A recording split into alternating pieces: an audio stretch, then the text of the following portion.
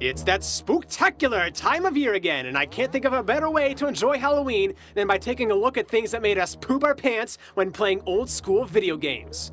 Whether it was because of the setting in the game, the way they looked, or just how they made us feel uneasy, all of these entries want to find you, and they want to kill you. What's up? I'm Nervous Nick for ScrewAttack's Top 10 Scariest Retro Enemies. Number 10. There's something very eerie about robot voices, especially when it's coming from a psychotic happy face that's chasing you as you race to the end of a maze. You really feel alone when you're playing Berserk. It's you versus evil robots and a giant happy face named Evil Otto that bounces its way after you. It's almost like one of those sing-along things bouncing on the lyrics of your doom. Number 9. Hey, it's Bobble Bobble! It's that game where you shoot stuff with your bubbles, you get fruit and stuff, but you better not spend too much time with your cuteness and fun, because if you do, he's coming for you. Baron von Blubba. That invincible ghost skeleton of a beluga whale with glowing red eyes will give you nightmares of him slowly devouring your darling dragons. If you don't go fast enough, he will find you, and he will kill you. Number 8. Another great day on this beautiful mountain with this gorgeous weather. Man, I sure love being alive, because if I were dead, I sure wouldn't be able to— Number 7. There are so many disgusting, messed up, demented bad guys in the Splatterhouse series. Like, who comes up with this? Gross! This was a game that you played with the lights on. But numero siete on this list has got to be the freaktastic freak with a burnt-up body. My gosh, what happened to you? His face is covered with a sack, meaning that he can't see you, so you know he's just flailing around aimlessly with his chainsaw hands. That's like Baraka from Mortal Kombat taken to a whole new level. Number 6. Hey, you like yourself some Mario 2? Yeah, go ahead and pick up that key and then tell me how you feel. The pure, unfiltered anxiety that you felt after you pick up one of these things, and then you see a demented yin-yang smiley face come chasing after you. Oh, it's unbearable. I dropped it. Go back to your pot, base, thing, freak. There were times as a kid when I would pick up the key, and as soon as Phanto came on the screen, I'd throw it away until he left.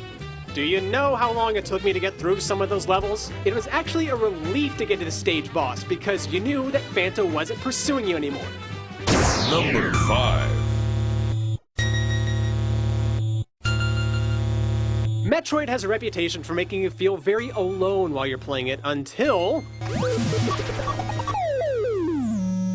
pouncing on you like a fat kid on pound cake, Metroids will stalk you until they find you and then suck the life force out of you.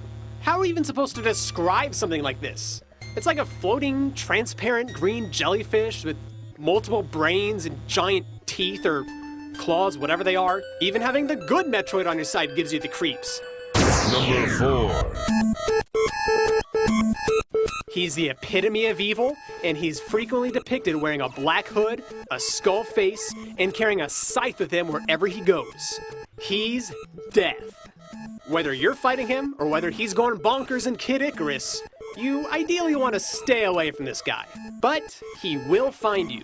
Death always finds you. And since Death is present in almost every game, whether you see him or not, we're just gonna lump him into one entry on the list. Ain't that convenient? Number 3. Okay, stop. Take a moment, full screen this video. Okay, now turn the volume up. I am Sinistar. Beware, I live. 2.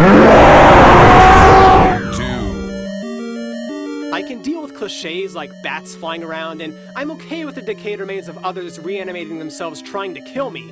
But what I can't get over are giant, rotten hands dragging me into the walls.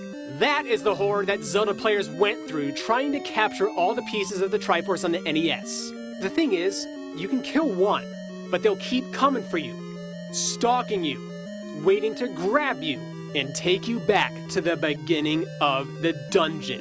As soon as you walk into your room and you hear these things coming after you, you immediately do your best to get out of there.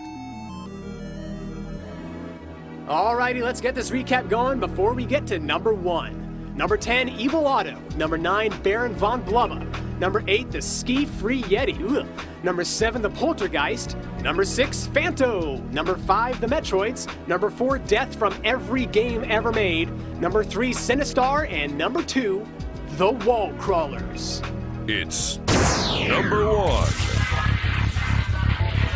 Here's where your feedback really helped with this list. Initially, we weren't even gonna put Gygas on the list, but everybody and their mother suggested him. Earthbound is a game that's all cute and fun, it's happiness and joy and flowers. Now kill this fetus! How terrifying is that? You walk into this room and you're welcomed by the omnipresent floating red skull of an unborn child, and it wants to kill you! You cannot grasp the true extent of Gygas' scariness. I've even heard rumors that if you shut off all the lights and stare into a mirror and say Gygas 3 times, Gygas will appear in the mirror, and you'll eventually go insane. What, you don't believe me? Go ahead. Try it for yourself.